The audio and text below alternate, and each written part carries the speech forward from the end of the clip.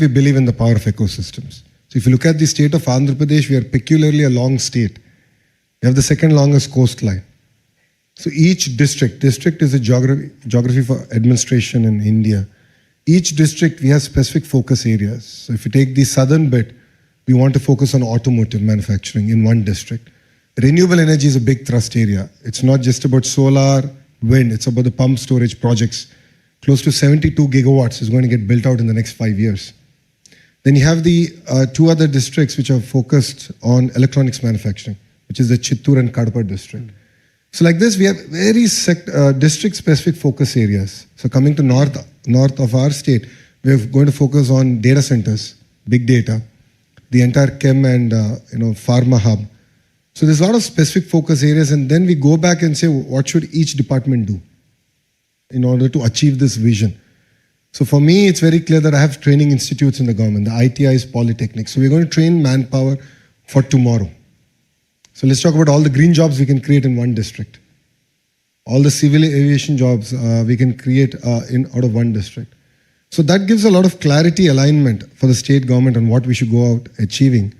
And apart from that, Vikasit Andhra Pradesh, which is Swarna Andhra Pradesh that we have. Swarna Andhra Pradesh translates to Golden Andhra Pradesh. We are now working backwards of saying that, okay, if we need to achieve this kind of per capita income, then how do we go about achieving it? So which department should do what? And we're going to measure ourselves on a monthly basis, like how all of you do your business. Even the state is going to do this. On a monthly basis, we're going to measure it. And the second part is, in this journey, we don't want anyone left behind. So we are creating a family, a report card of sorts, and saying what are the project or practice we can give to that family to pull them out of the cycle of poverty. So it's no longer about wealth creation alone, but how do you ensure that even people below the poverty line can be given a handout and to just pull them out of the cycle of poverty. And that's something that I think is going to be very unique to the state, and we're going to launch this in the next 3 months. Excellent, congratulations. Just to link to that is another pioneering effort in this very short period since the election, which is the skill census.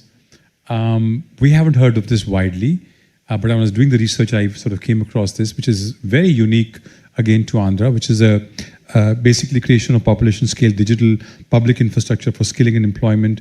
It reflects the forward-looking vision of the Honorable Chief Minister to sort of build this capacity. First, do a census, and then could you elaborate on that a little bit? Another pioneering concept? The skill census that we're doing is one of its kind in India, I think one of its kind in the world. Probably the first time. It's a massive effort. We just started the pilot in my own constituency where I got elected. And the idea here is we're going to go door to door. And then we're going to triangulate data from multiple data sets. So apart from the household data, the education data, we want to understand what is a basic skill set. And then come back and see what kind of skill interventions we can do based on the market demand. So think about industry from one side, the youth on one side, and government has a platform. And then skill up it's going to be a journey. It's not a destination. It's not a one-off effort as far as our state is concerned. So we know where the industry is moving, and we want to learn from that, from all of you. And then we want to work backwards on saying, to this family, what can we do? What is the skill intervention that we can do? So it's very, very micro-targeting that we're going to now do. And I believe that will ensure that we deliver on a first promise in a manifesto, which is to create 2 million jobs in 5 years as a state. And we are the only political party to actually make that bold statement before an election. Wow. You also spoke about building specialist areas and districts for which you could build certain talent or sectors that could come out of that. Now, Visakhapatnam as an IT destination is another idea that is being talked about. We realized that the submarine cables would probably be landed there, so great connectivity could happen. The Honorable Chief Minister's contributions in building Hyderabad, that was, by the way, spoken widely at the board meeting this morning, and this incredible infrastructure, and his contribution to that is legendary. Obviously, everybody knows that. Could you also elaborate a little bit on Visakhapatnam and how that will transform itself? What is the vision that you have as an IT knowledge hub? And fundamentally, I think all of us have to accept one thing, which is the Telugu people, the people from both Andhra and Telangana play a very important role in the IT sector. And all this points back to the reforms that Mr. Naidu did in his first term as Chief Minister, which is to get a lot of investments in education. So we had a lot of engineering colleges come up. So we have amazing talent. And this talent has gone across the globe. And taking a leaf out of that, what we are looking at as Visakhapatnam is, why can't we ride the wave of big data and the AI ML? So like when you look at Hyderabad, it was all the Y2K boom. So we have a next frontier that we can now do. And that's where I believe that Visakhapatnam can play a very important role. So we have renewable power. It's a beautiful location. So I keep jokingly saying, if Bangalore were to marry Goa and have a baby, that would be Visakhapatnam. It's gorgeous. It's absolutely gorgeous. So it's a great location, amazing manpower, and we have a progressive government, a government which is not just talking about ease of doing business, but speed of doing business. Because though lot other states have done on ease, but speed is the biggest challenge because investments have just gone up. And even a month, 2-month delay throws your entire business plan out of whack. So we understand that and we want to deliver on the speed of business promise. So Visakhapatnam is going to be a focus from an IT perspective, our chemical, pharma perspective, and even medical devices manufacturing. So it's going to be a hub. We're going to do the entire ecosystem. All the ITIs, the polytechnics, all the engineering colleges there are going to focus on creating world-class curriculum and delivering on that promise. I'm going to turn to a bit of a sobering topic, something that you faced immediately after the government took over, which is this devastating and the floods that hit the state. I think in a space of 2 or 3 days, centers, including urban centers, were deep underwater. The response, what I learned secondhand, of course, of the Honorable Chief Minister himself, the bureaucracy, parking their vehicles and buses next to that station, having meetings there. Some of the officers told me that the Honorable Chief Minister would roll up his trousers and be in the flood water often, almost every day. I don't think we've seen that kind of response anyway. Plus the use of technology, not just the emotional touch, but also the use of drones, AI, big data, using drones to deliver food packets on buildings and then saying we can't do enough because we can only do one building at a time, and up to 40 kgs of delivery on a drone. That was remarkable. All of this coming together for disaster management, again, something we've never seen in India at this scale. One of the officers told me that he knew in which lane how many refrigerators had been spoiled because of flood, and then worked with the private sector to kind of had that fixed. So could you talk a little bit this, I know it's a disaster, it's a terrible human tragedy, but also incredible opportunity to learn about disaster management using technology and human touch in equal measure. The flood that we had recently was 1 in 248 years event.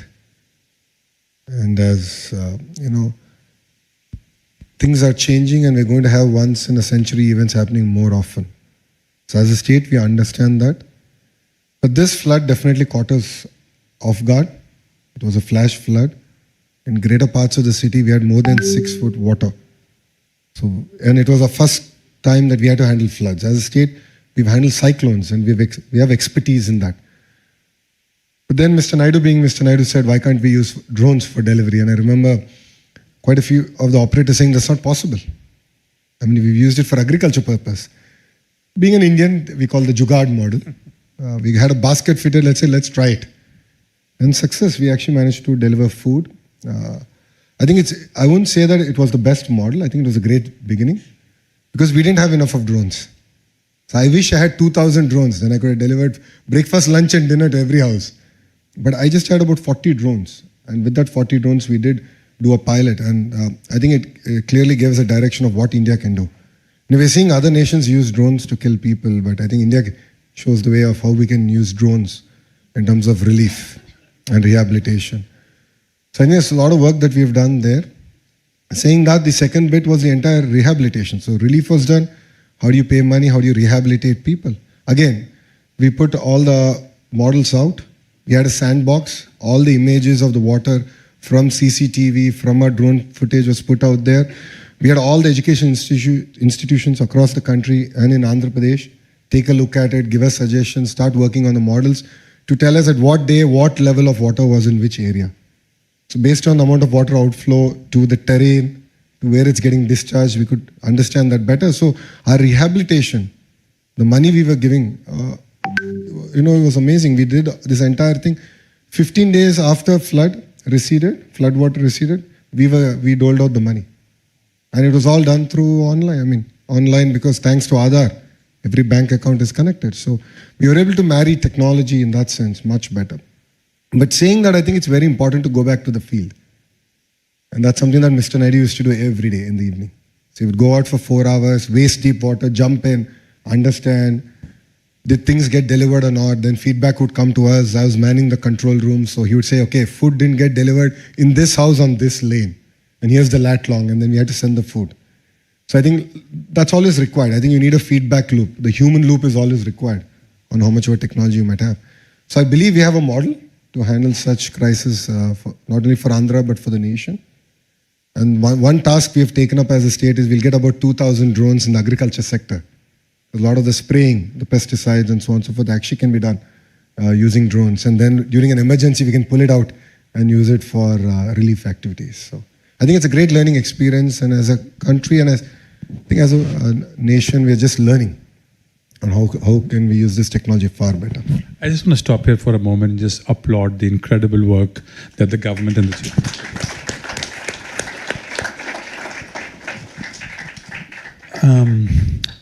Next to a brighter subject, Amravati project, something that I know the Honorable Prime Minister, Chief Minister is very, very passionate about.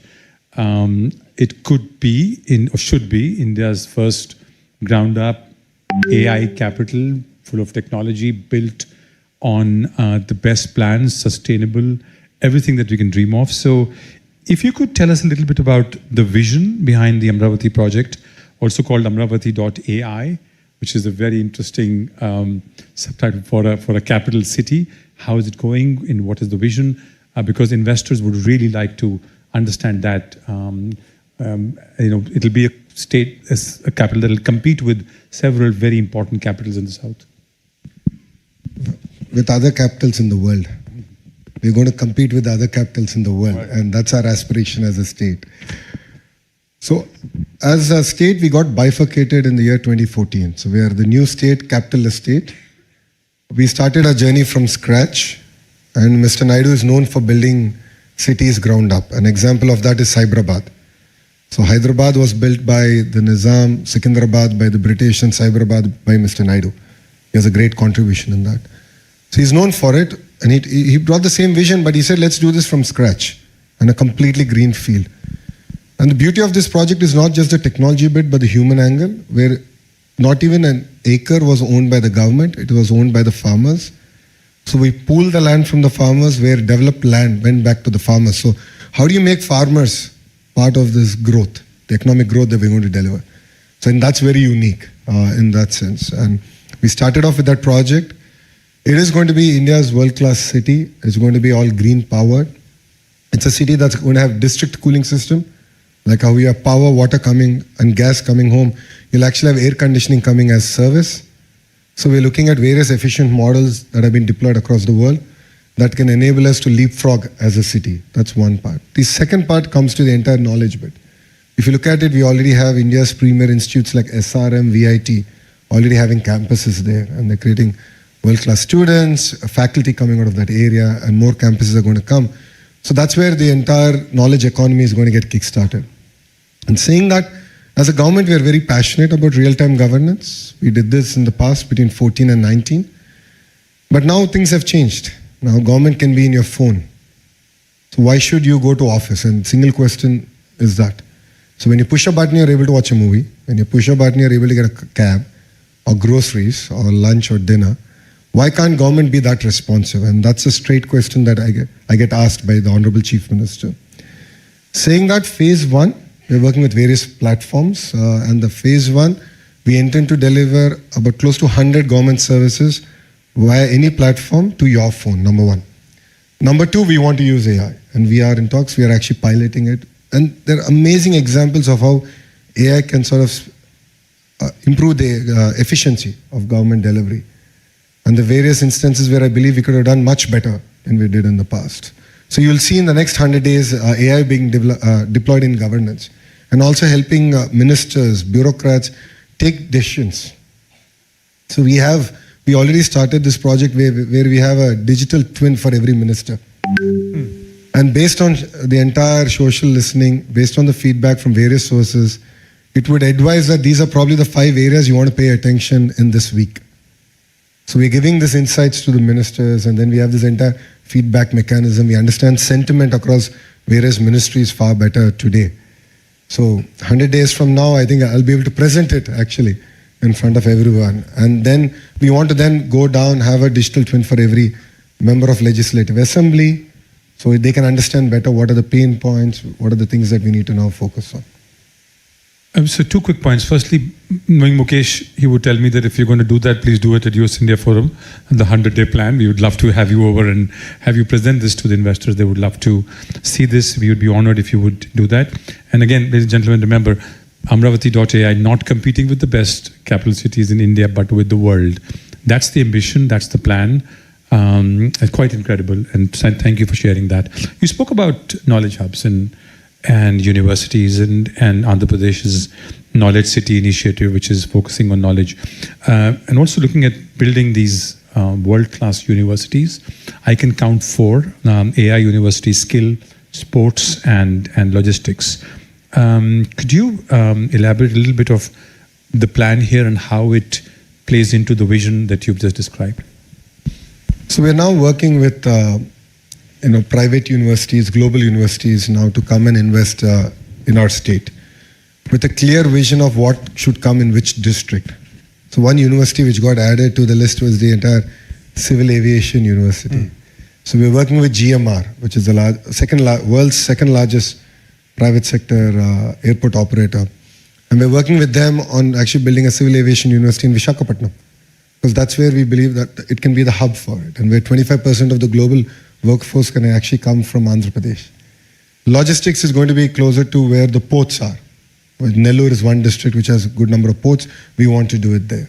So with a very sectoral focus, we are now encouraging universities to actually come, start their campuses in Andhra Pradesh. And I'm fortunate to have both hats, Bharat and India. So Bharat hat is the Human Resource Development Ministry. India, of course, is the IT Electronics Ministry. So I'm lucky to have both, and I'm able to steer in terms of policy and what is required. So I keep saying, one size does not fit all. That's quite clear. Things have changed substantially. And what we can deliver is speed of doing business. And as a state, if you see a lot of institutions that wanted to become deemed universities, we created a policy for them to do that. And a lot of universities that want to start from scratch, it's going to be tailor-made for them based on their investment, the sector that they want to enter in Andhra Pradesh. My last question before I ask you to just make a general comment to the investors in the room is that Mr. Naidu was known to be ahead of his time. The policies that you've just spoken about, all of them seem to be either keeping with time, some ahead of their time. At least 2 of them that you mentioned, there are first initiatives anywhere in the world competing with the best capitals.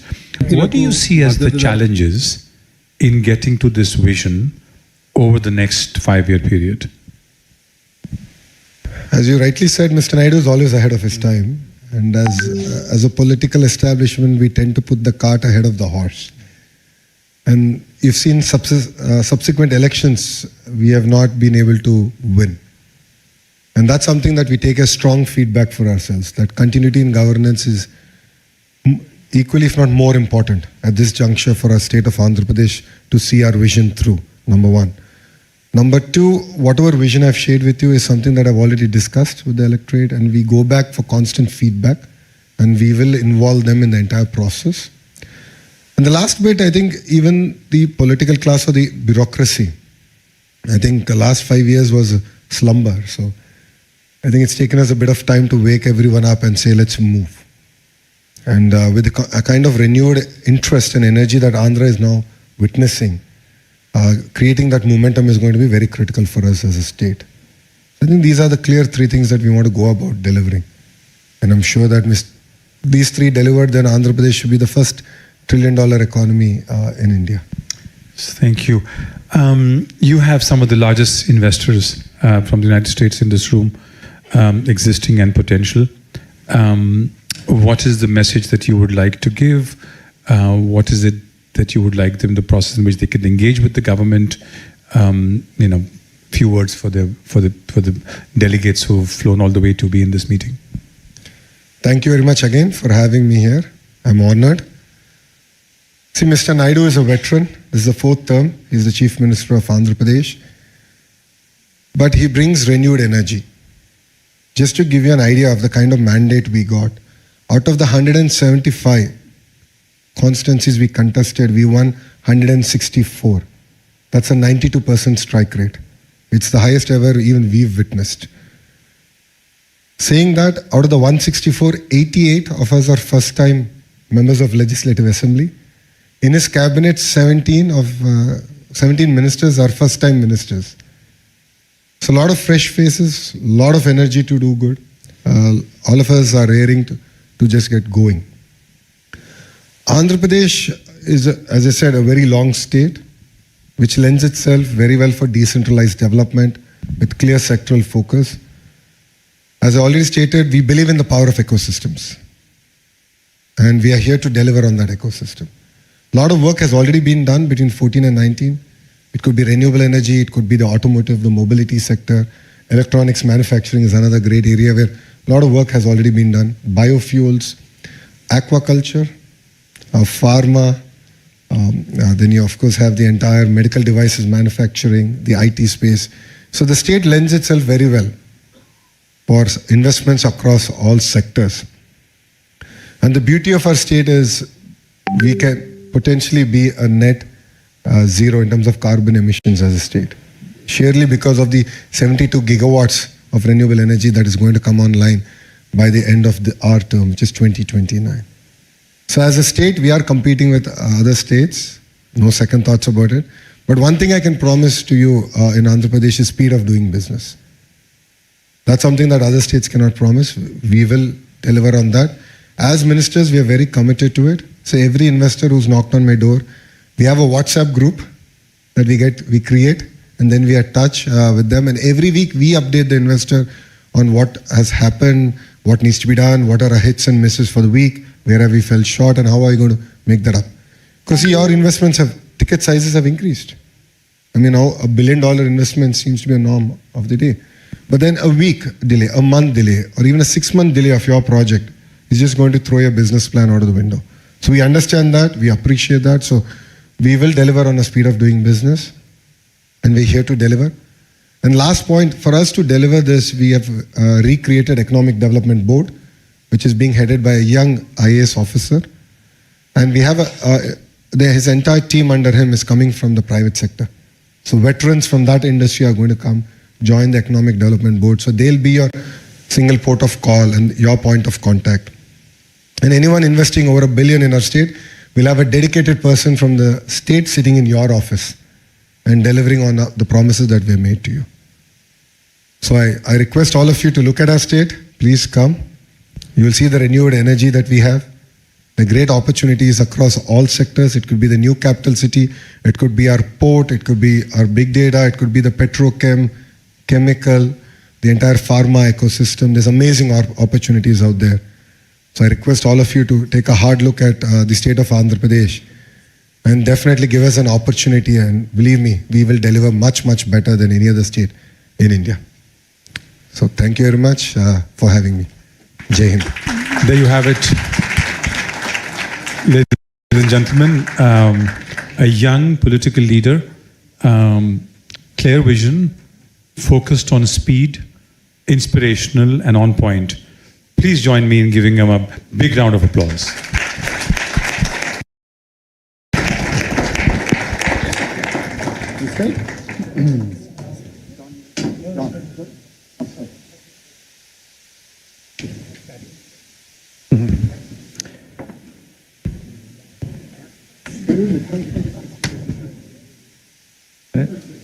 So thank you, Shri Lokesh and Mr. Bhatia, for such a thoughtful and insightful conversation. We're now going to turn our focus to another crucial topic, strengthening the U.S.-India defense ecosystem. It's my honor to invite Shri Sanjeev Kumar, the Secretary for Defense Production at the Ministry of Defense, to the stage. And with him, I'd also like to request Dr. Vivek Lal, Chief Executive of General Atomics, Mr. William Blair, Vice President and Chief Executive for Asia and India at Lockheed Martin, and Mr. Jeff Shockey, Senior Vice President, Global Relations at RTX, to join the Secretary, along with Sonia Singh, the Editorial Director